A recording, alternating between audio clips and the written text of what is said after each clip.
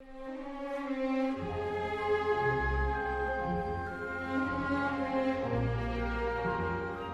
Tipeee SFP.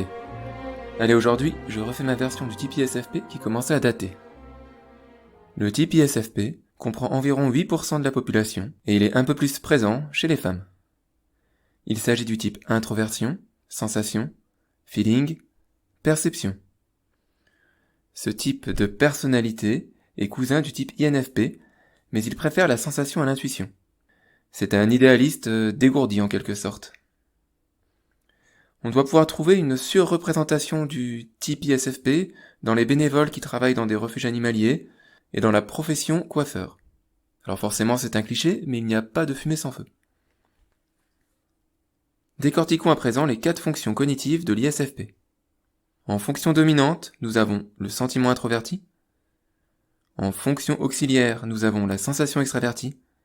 En fonction tertiaire, l'intuition introvertie. Et en fonction inférieure, la pensée extravertie. Fonction dominante, le sentiment introverti. La fonction principale du sujet est une fonction de décision tournée vers le monde intérieur. Le sujet évalue, considère l'importance des valeurs qui lui sont chères et il cherche une cohérence entre son action et son ressenti profond. L'ISFP, même s'il est rangé dans le tempérament des artisans, en réalité, il est tout aussi idéaliste que son cousin l'INFP.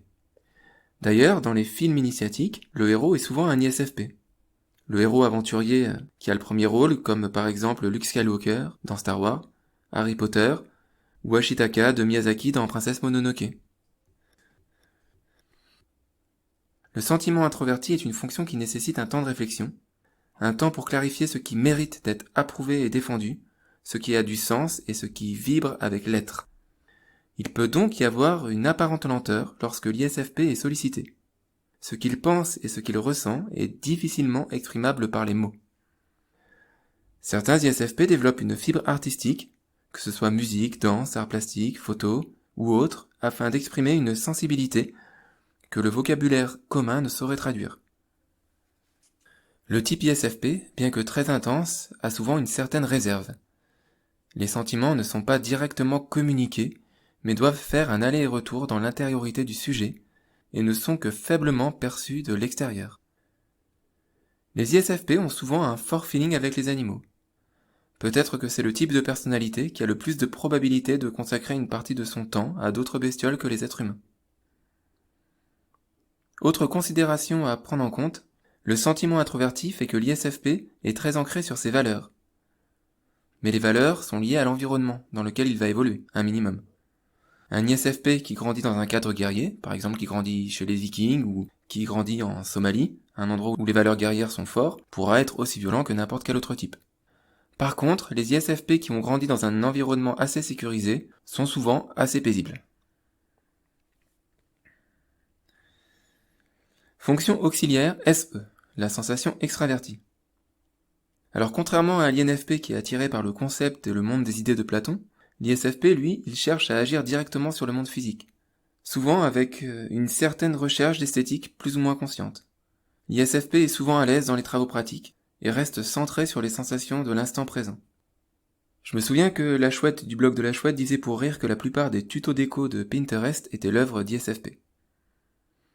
Il y a avec cette fonction une certaine intensité de vie et une capacité à expérimenter le monde des sens, bricolage, cuisine, jardinage, craft, couture, sport extrême, etc. Pour blaguer, je dirais que l'ISFP c'est celui qui crafte le costume de l'INFP pour la soirée au salon manga ou le jeu de rôle grandeur nature. La sensation extravertie est très centrée sur l'instant et parfois les conséquences des actions à moyen terme et à long terme peuvent être négligées par le sujet. Fonction tertiaire, l'intuition introvertie. Cette fonction équilibre la précédente. Elle crée un monde intérieur d'images et de symboles et donne une vision de ce qui sera à partir de ce qui est. Comme c'est une fonction tertiaire, elle est relativement fragile. L'ISFP a une certaine prudence vis-à-vis de ses capacités d'anticipation à long terme pour déterminer ses plans d'avenir. Cependant, si cette fonction tertiaire se développe, alors c'est une fonction ressource qui donnera beaucoup de consistance à la philosophie de l'ISFP et qui lui permettra d'innover dans ses activités manuelles, ainsi que d'anticiper un peu plus sur le futur. Néanmoins, cette fonction est tertiaire et elle ne doit pas se substituer aux fonctions précédentes. Elle ne doit pas tenir le gouvernail. Un ISFP introverti qui se retrouve en boucle tertiaire dominante et qui se retrouve à utiliser uniquement le sentiment introverti et l'intuition introvertie, eh bien, il est passable de faire une crise de mysticisme très irrationnelle, par exemple dans le pire des cas se retrouver influenceur Canon France, ou alors il pourra faire une crise d'angoisse sur le futur. L'ISFP doit se reconnecter au monde extérieur par des expériences physiques et pratiques et par ses sens, pour sortir de cette impasse. La fonction intuition introvertie chez l'ISFP doit garder un rôle de soutien et ne doit pas prendre le leadership. Le personnage de Floki dans la série Viking est fréquemment soumis aux angoisses de sa fonction tertiaire, intuition introvertie. Par exemple, dans la saison 5, il voit les dieux et il part fonder une colonie sur une terre désolée, sur un coup de tête. Fonction inférieure, TE, la pensée extravertie. La pensée extravertie est la fonction qui structure, ordonne et cherche à réaliser des plans de façon efficace et logique. Chez l'ISFP, cette fonction est en inférieur. De ce fait, l'ISFP ne sait pas structurer son action et se lance à corps perdu dans ce qui lui tient à cœur de façon empirique. Parfois, son absence de logique le ralentit profondément dans ses réalisations, voire peut le faire échouer.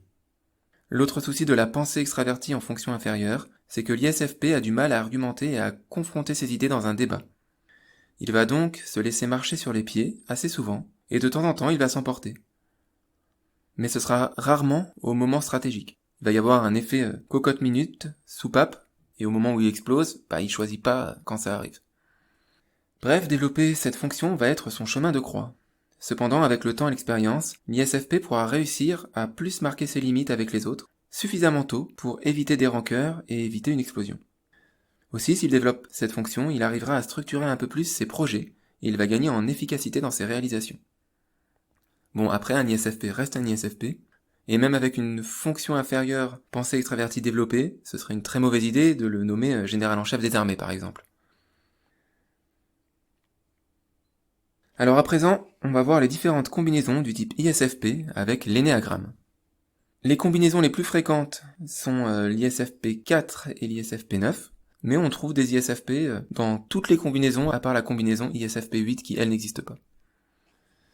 Alors, ISFP en base 1, extrêmement rare mais existe. Ashitaka dans Princesse Mononoke représente un archétype ISFP en base 1. Il est intransigeant avec lui-même et il essaye d'être parfait en toutes circonstances. ISFP en base 2. Altruiste et intense, cette combinaison correspond plus à un archétype très féminin.